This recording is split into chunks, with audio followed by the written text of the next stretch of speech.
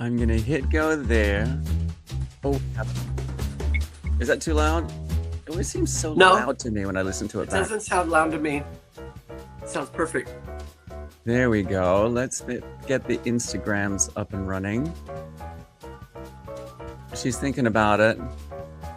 And hit go live there.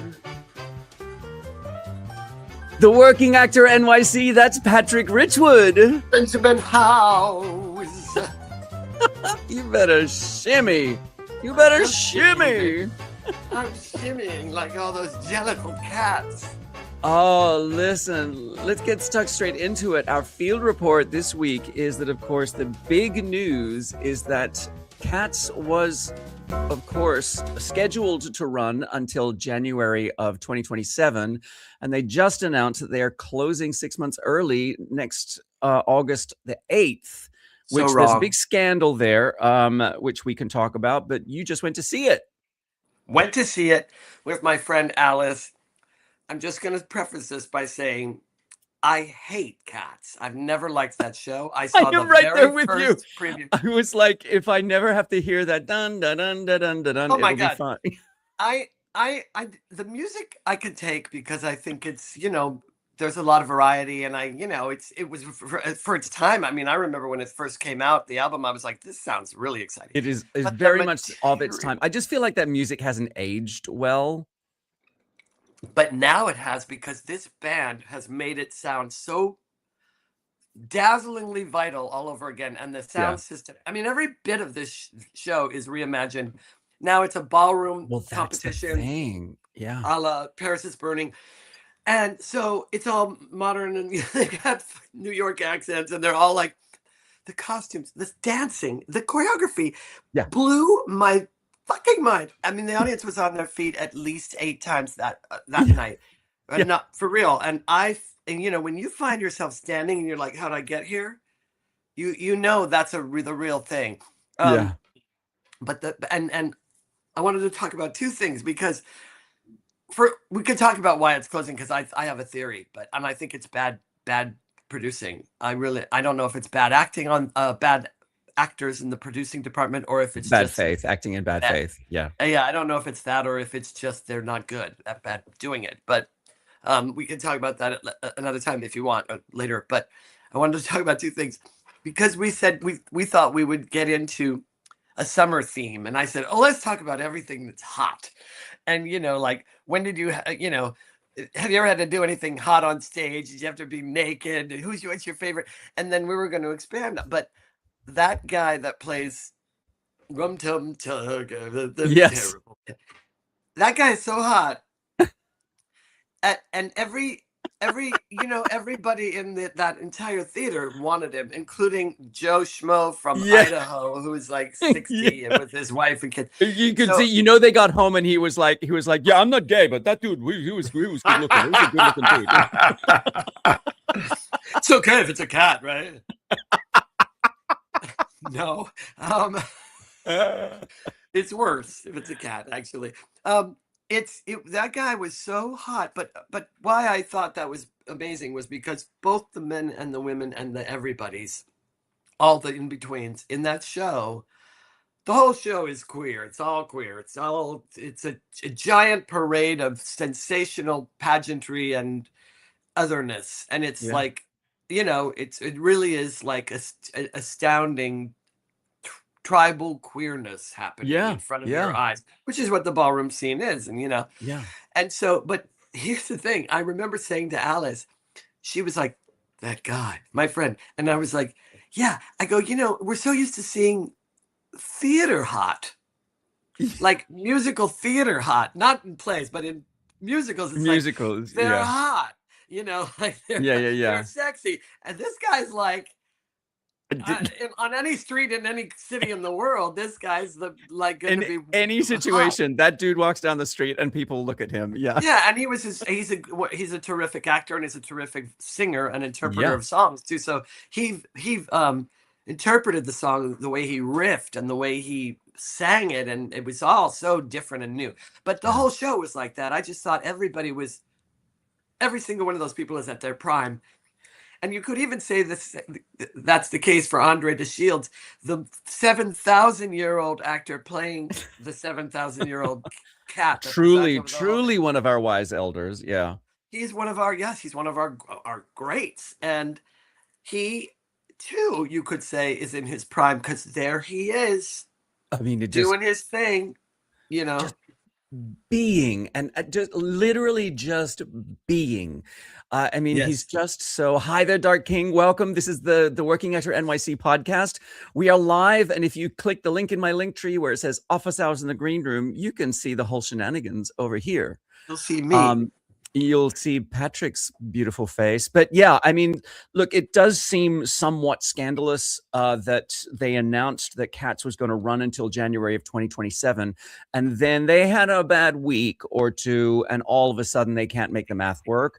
And I'm like, there are people saying it is not a coincidence that this is happening to a show that expresses queer, black, and brown joy, that all of a sudden the math didn't work for that. And it's just one of those really complicated issues to me that I really wish somebody would blow the lid off of, because it is the owners of the theaters who charge the rent for a particular production, and they are also producers of the show. And somehow I want all of that to be exposed so that we can all understand what that math is and how that opinion suddenly changes.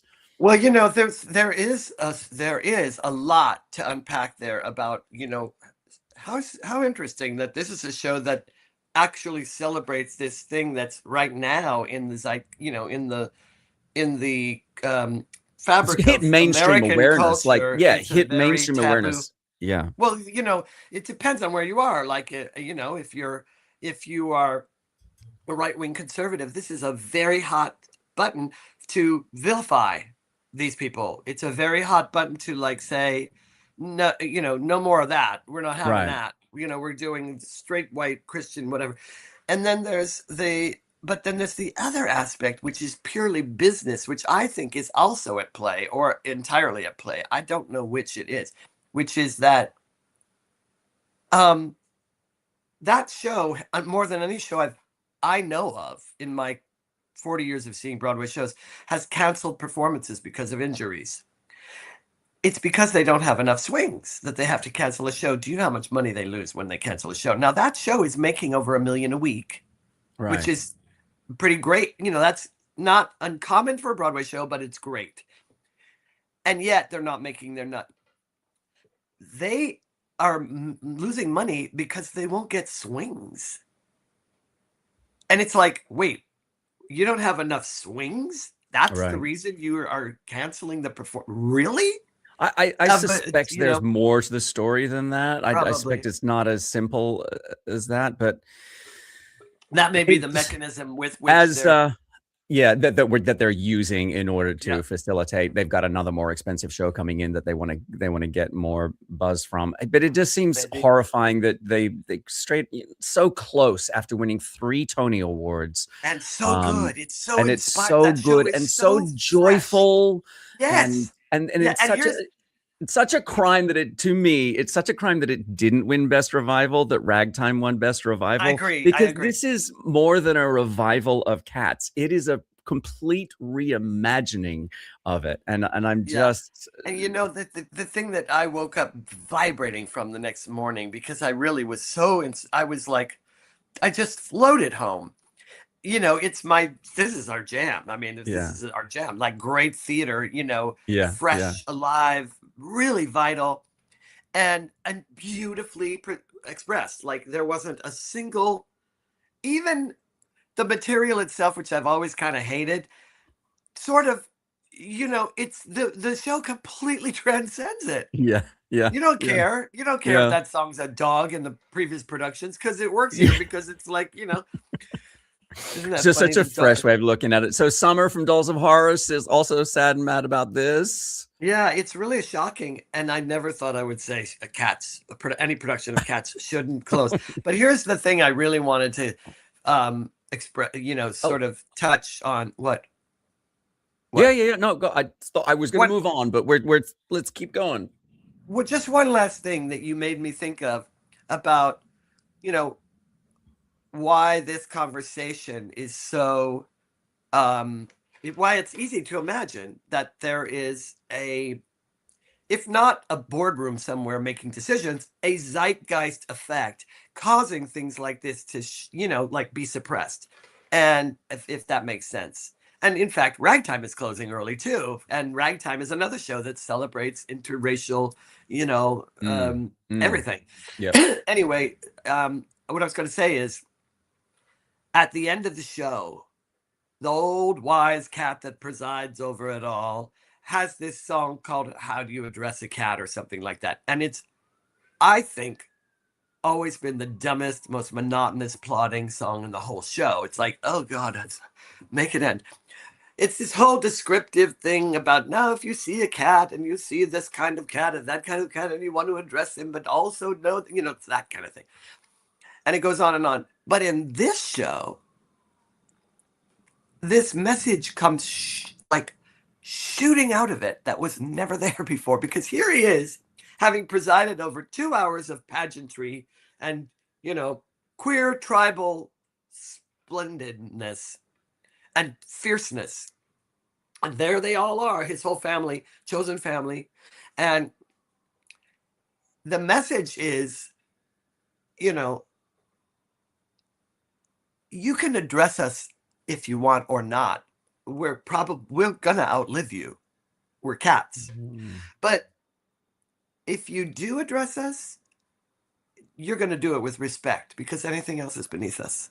Yeah. And that makes the hair on the back of everybody's neck stand up in the theater, because All of a sudden, it now has we're talking about it right now. yeah, it's new and You know what I mean? fresh, and they've really, yeah. It's so surprising, but like we were saying before, it's just fantastical that somebody somewhere a few years ago was sitting there listening to a recording of Cats, thinking, you know what this show needs? This Yeah. show needs to be set in the 80s, 90s New York ballroom culture, and then it'll be really good. Well, I told you I went to the very first preview of imagination. I went to the very first preview of the original production in 1983, I guess, at the Winter Garden Theater, and the lights went out and they came running up the aisles with these light up lights, and I was like, I'm allergic. Because it was already like, oh no. Oh, too much. Anyway, okay. Anyway. All right.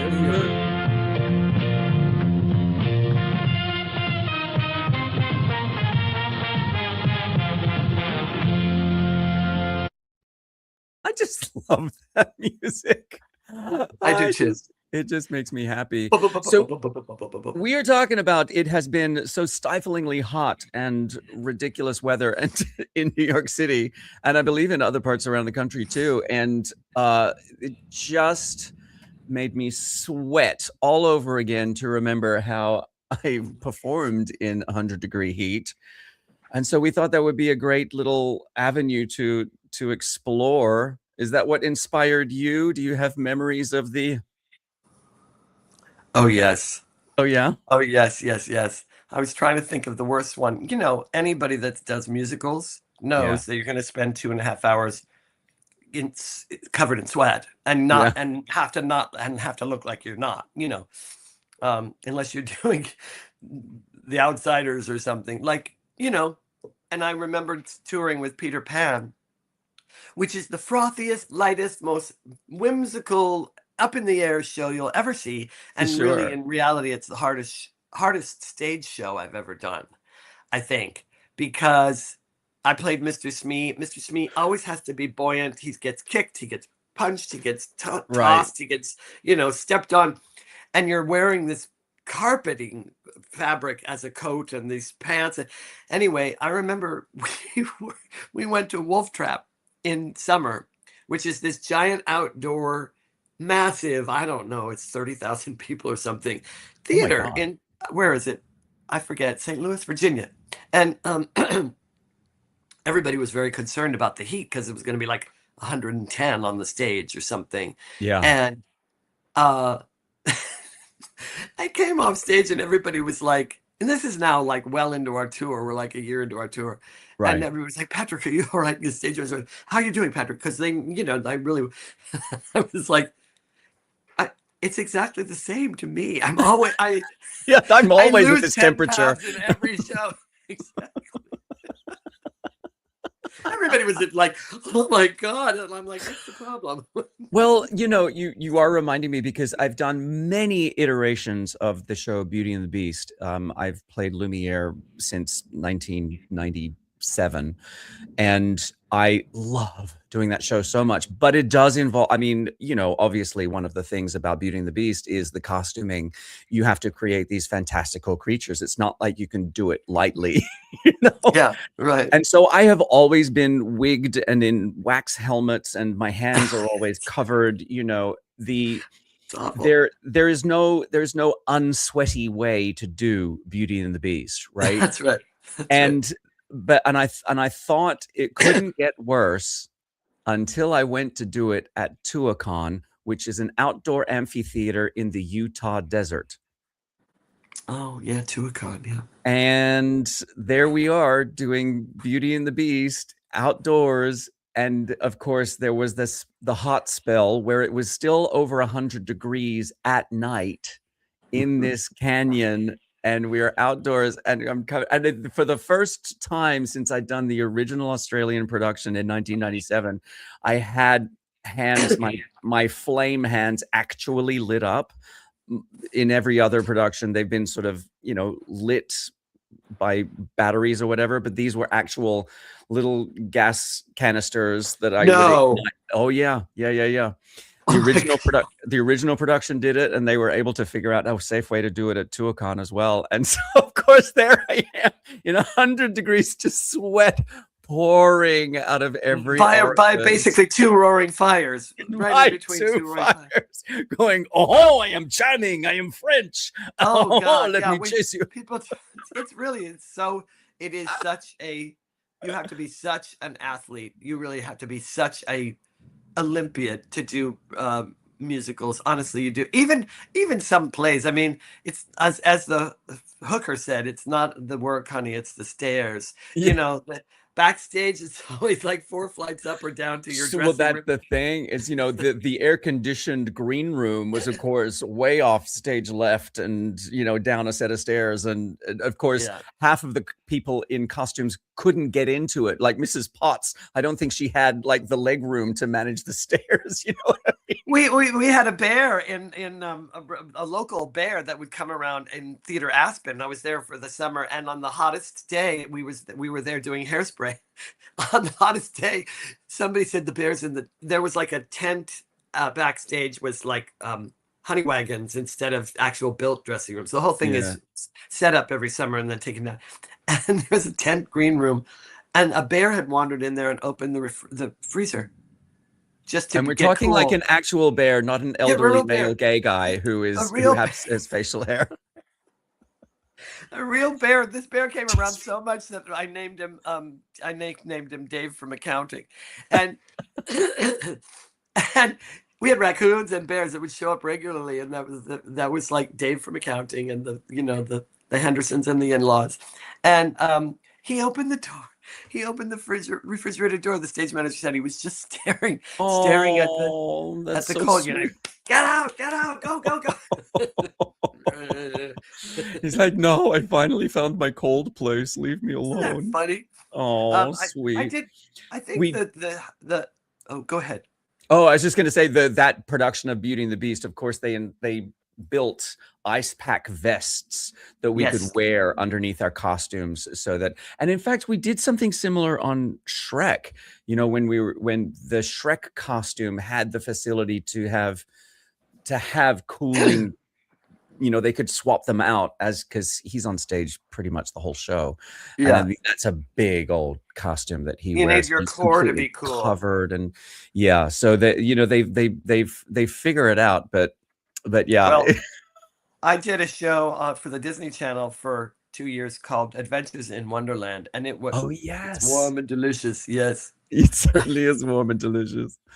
And I like that kind of thing.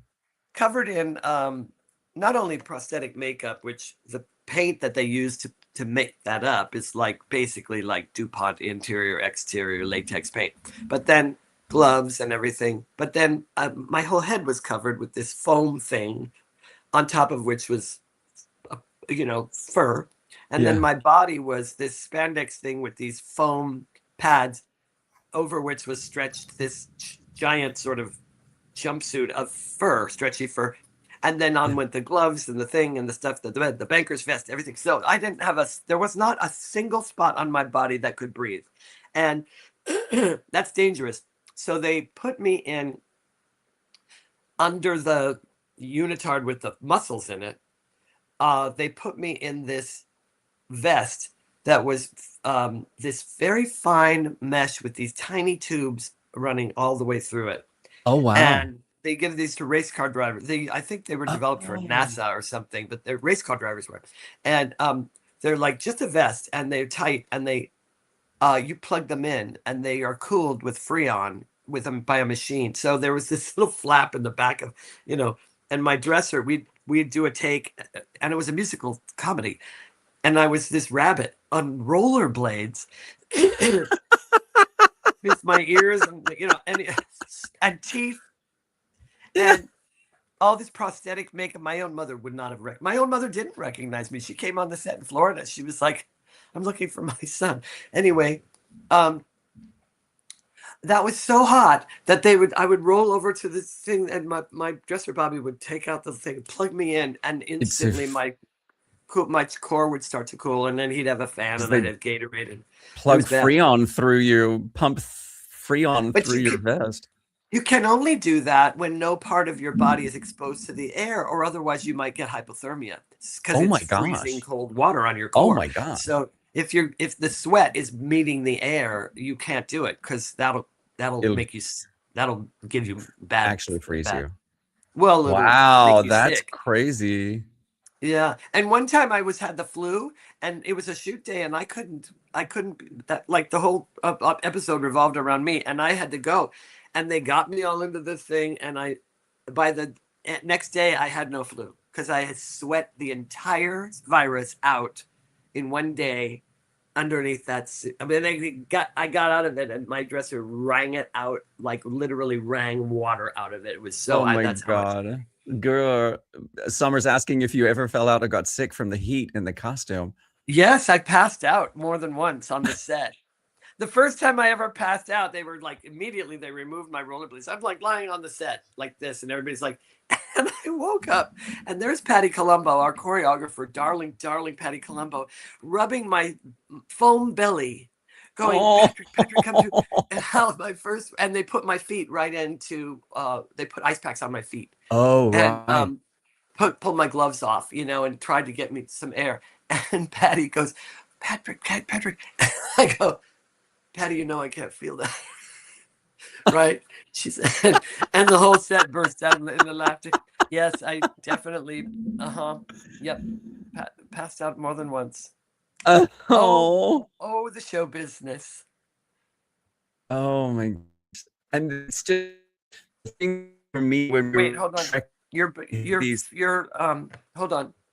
You've got stop motion connection thing happening. It's looking fine on this end. Okay. I didn't want you to say anything important. Yeah, you're back. Can you hear me? Yeah, you can hear me. Might me. have been me. Yeah, I can hear you. So the thing with the costuming in Shrek was that we also had to glue on these, noses. Like I was Papa Bear, so I had this like glue on nose. And of course, once the sweat really starts going, then of course the glue you start to worry about the glue. Am I going to lose my nose in the middle of the scene? That's another thing in this production of Cats, or really anything that I've seen lately. I don't know how they're holding those wigs on, but they are doing the most extraordinary fast move, upside down, all this. And those wigs are on, man. They are on, and they are not going anywhere. And it's like there's big ponytails swinging around, and curly cues. Oh yeah. How are they doing that? You must have had this. You must have had this as well. When it's blisteringly hot, and you have to do like winter acting, like because we did Annie at the con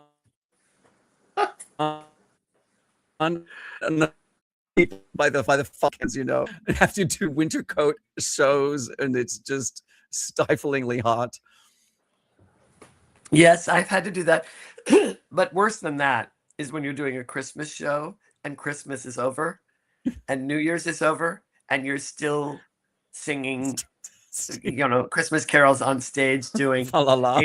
eight shows of Fa La La, and it's like you just want to die. And everybody, that everybody that bought those tickets in advance is now wants to die. They're all in the audience like, what did we?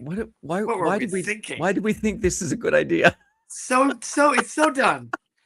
On December 20, let's say it's on, over.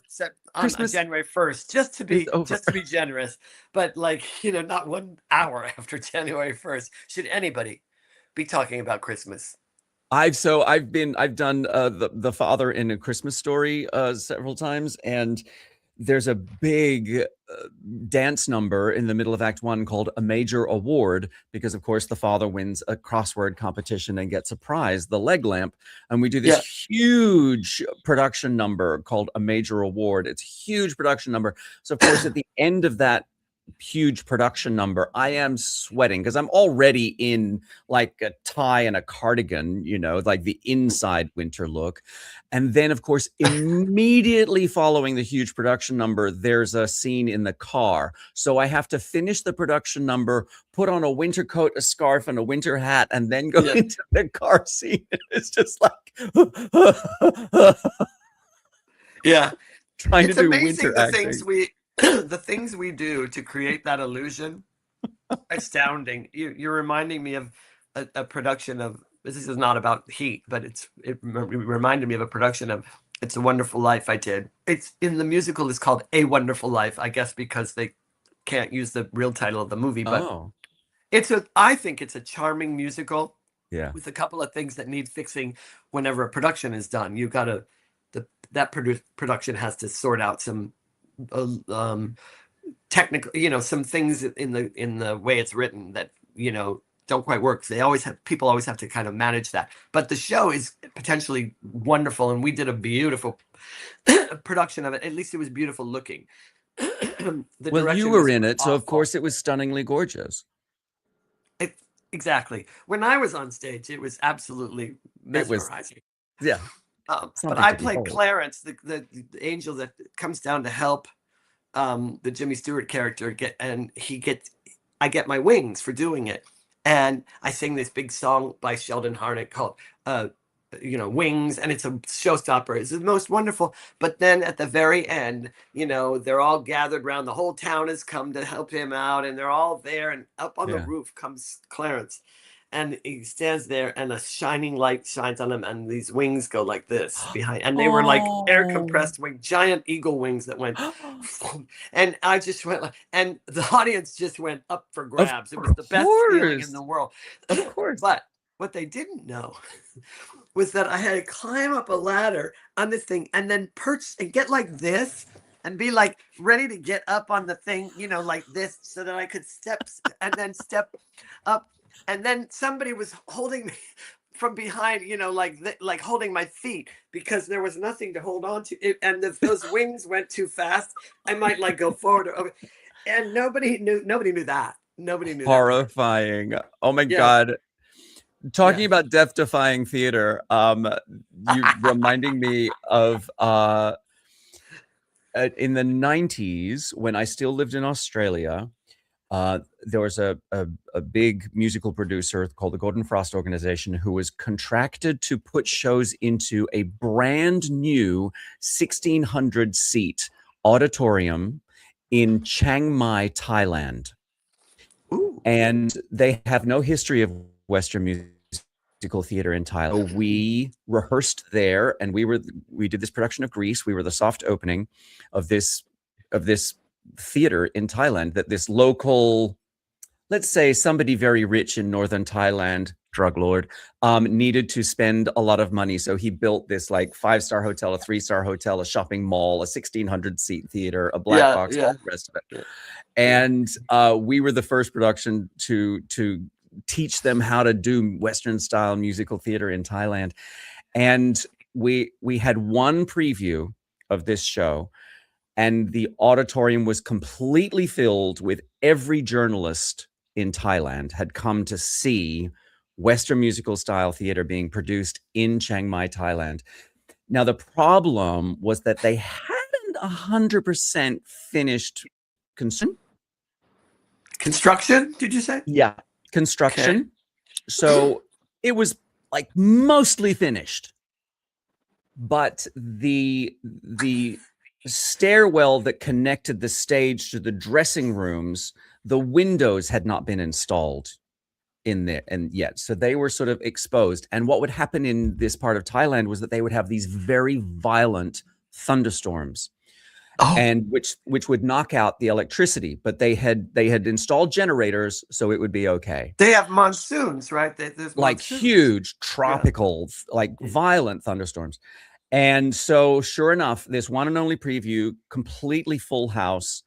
15 minutes before the show starts, one of these thunderstorms kicks in, and it is the most terrifying thunderstorm experience I've ever had. And what happened was that behind the theater was like a sandy lot, like a parking lot kind of thing, but there was like a fun fair, like a state fair, like a little fair set up there or something. But what happened during this thunderstorm is first it knocked all of the power out, and then it blew all of the sand through these open windows of the stairwell onto the stage. And so the stage was completely covered in sand. On the first preview. For the first preview. So they like made ladies and gentlemen, we're just going to have to hold for 15 minutes while we, clear the stage. Oh my God. Sweep up all the sand and mop the stage and whatever. And, all of the lights went out for a minute while the generator kicked in and all the rest of it. So that was fine. And so we were all in our costumes already, of course, because by now it's like, places. And we were waiting backstage, waiting to hear the announcement to get on with the show. And this storm got into wind and kicked in again. And not only this time did all of the lights go out and stay out, but one wall of the theater on the other side of the fly rail, they had only finished bricking it that day. All of the bricks fell down, like a literal wall of the theater. So was the show? Did the show ever go? It was canceled. I mean, obviously that day it didn't go on, but did it ever go on? We were evacuated into the hotel. They were like, just stay in your costumes, just leave. We'll collect mics later on. Just go. Just everybody get out. Oh my God. Wow. Oh my God. It was story. I've never heard that. It was hilarious. They rebuilt the wall the next day, and we opened the following night. They did not stop. Labor was non-union labor. Exactly right. Folks. Labor was not an issue, so they had that wall wall rebuilt. The pyramids and child! It was astounding and extraordinary. So that was the death-defying theater piece. I mean, the sad part is that those 1,600 people that we had in the audience that night was the only time that those seats were ever filled. We had 40 people in the house from there on. Oh, don't we? That's a whole different conversation entirely. It was a whole different conversation. Stories we could tell when there's more people on the stage than in the audience. No. That's when they should cancel the show. I mean, it's ridiculous. There's two things that I always think this should be just in the rule book. One, if there are more people in the show than in the audience, canceled. When would you like to come back? Okay. Right. Two, if you I just forgot the other one. It was what was it? It just went right the out second of my rule head. is that they should only have actors who can actually remember who they are and where they are at all times. It's Benjamin, right? It's nice to meet. I'm Patrick from Burbank. I've been looking forward to this. I've been looking forward to working with you. Happy to have you here. I do have some notes for you at some point, which, based on your previous performances, we'll go over them anytime you like. I'm at your disposal.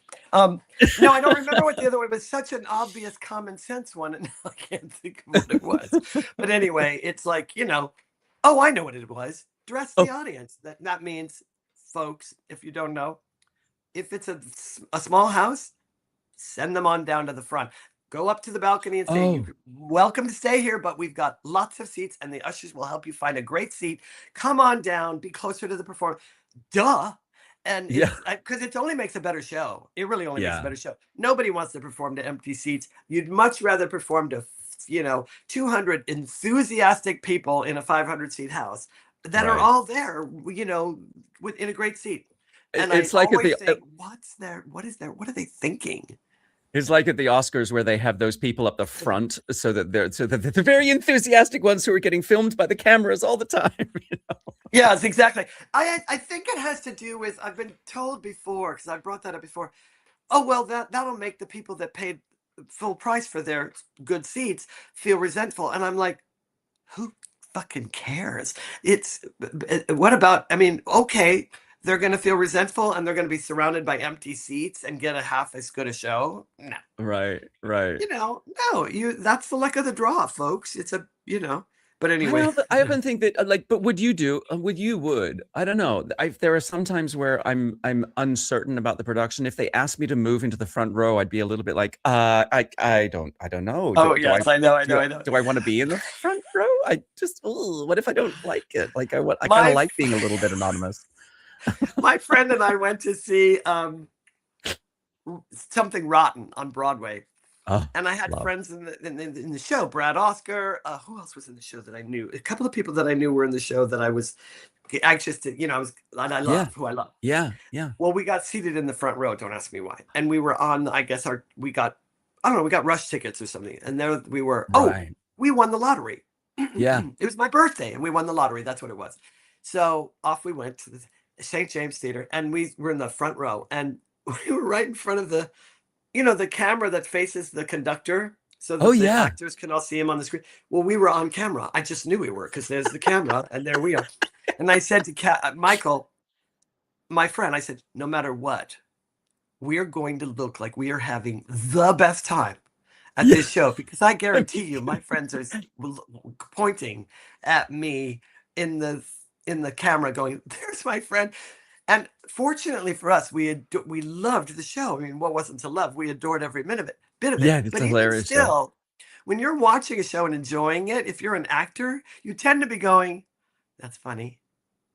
Oh, That's yeah, good. yeah, yeah, yeah. You're at work, but we were like, "Ah," because we knew we were representing, the whole. But Yeah, yeah, yeah. fortunately, we did love it. But sure Yes. enough, went backstage and Brad was like, "We saw you. Look, I pointed. You guys were having so much fun." I was like, "Well, we were.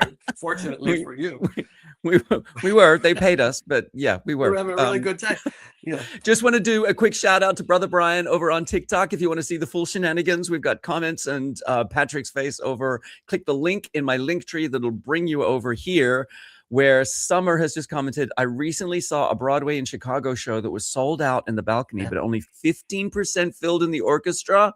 No seat changes allowed, and it was a weird vibe. I'm Thank like, you. That's what it's always going to be, a weird vibe. It's like, really, why? and the people in the balcony are like, I mean, I was happy to be in the balcony, but since there are 17, it's kind of like that thing That's when first class, all the seats in first class are available, and there's somebody that is stuck in the middle, even though they didn't buy, and they won't move them to first. They're between two morbidly obese people, and they can't, and they're like, sorry, sir, but we can't move you to this empty. It's first class.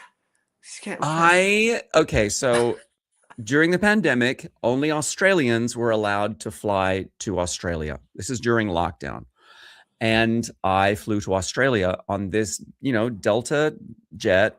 I had paid for premium economy, which is a wider seat, a more comfortable, slightly better service than economy, but not a lay flat seat, right?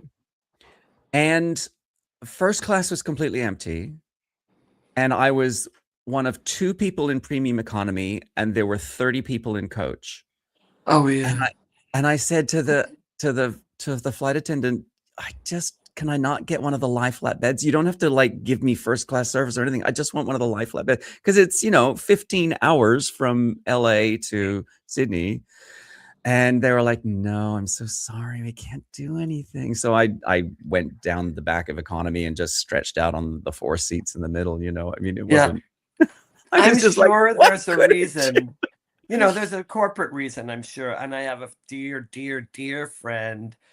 Oh, Andy, who is a flight attendant, a career, he's been a flight attendant for ages, and he's a senior flight attendant. And I'm sure he would be able to say, well, this is the reason why. It's a very good reason why. But nonetheless, I'm sure he would also say, he would also understand it. It's like, yeah, but it sure does feel weird. It seems wrong. It feels wrong somehow. What would it Like cost you? I don't need it to be me, but somebody ought to be that needs it. Let's say there's actually. It did happen that way one time when my mother was very, very ill and she was going home to California for her final days to be, she wanted to be back. She wanted to be at my dad's house, and my dad wanted her to come to his house. They were long divorced. But like I've said many times, their divorce saved their marriage. So she was going back to California with my sister and my sister's niece, and all hell broke loose. It was just a cascading downward spiral in her cancer, like just almost from the moment they got on the plane, and it was really bad. And so my niece is 3, and she's it's a whole thing with her because of course.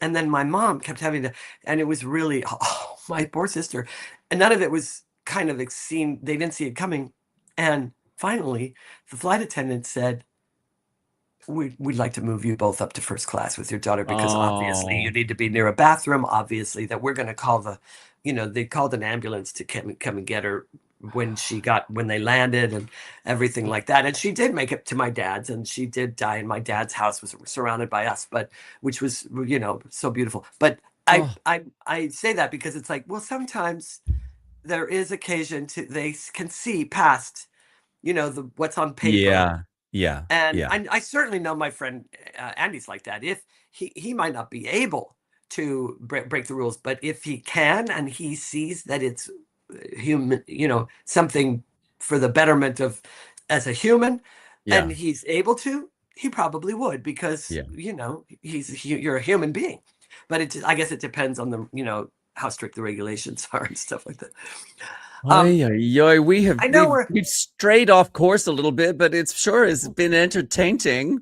I've been so entertained by this. I was just going to ask you one last thing about in the theme of hot. Do you think we have time? I'm also Brother Brian. Hi, Silas 91. Thanks for being here. Tell me what you got. Well, I was just thinking, is there any time you've had to do like something hot, sexy in a movie or a TV show or on stage? And it's like, I don't know about you, but for me as a character guy, I'm like, oh God, what's this going to be like? And I've played those kinds of roles where the character guy got the girl, or you know what I mean? Something like that. Only self-imposed. I was strangled to death during sex by a sex robot during an episode of The Blacklist. And I had one line, choke me a little, I like it. And of course, she strangled me to death. So I can share that audition tape. I had to be very creative. How do you do that in an audition? Yeah, exactly. I got very creative, but I booked that role. Ambassador Dan Warren. You can IMDb that one. I want to see that. The Blacklist. Me getting strangled to death during sex on the Blacklist. My Aunt Winnie and Alex are my Aunt Winnie and Alex are. Our friend Alex are probably really enjoying this conversation right about now. Welcome to the awkward world of acting. I had to do a scene once in underwear, and I was like, oh, okay. It's this sleazy guy, and he was trying to come on to this girl, and he was a sleazo, art dealer or something, a painter, and a subsidiary character, always drunk. And I thought they're going to give me like silk boxers and like a, smoking jacket. They gave me these teeny tiny little briefs, and they were like, here you go. And I was like, I don't. And the director was like, no, no, no, the sleazier the better. And I really had to be like, Patrick, this is one of those times where you have to pretend you're someone else, you know, Oh, wow. just pretend you're Just someone out of else body and it. like be Yeah. overconfident and over like, look at me, look at this. Lothario, your inner Lothario. I Well, love because it. the guy wasn't, but he thought he was, which made him skeezy. You know what I mean? It's my Yeah. my specialty. Mistaken skeeziness. We're here all week, folks.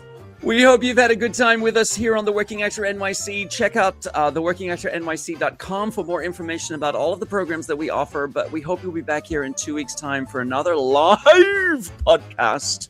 Tell with your Patrick friends. Richwood. Yeah, come on in. It's Come been and fun like having us. so many comments. It does make me incredibly happy. You can comment right here on whichever platform you happen to be looking at. Send us a DM. Let us know what you're working on in your acting career.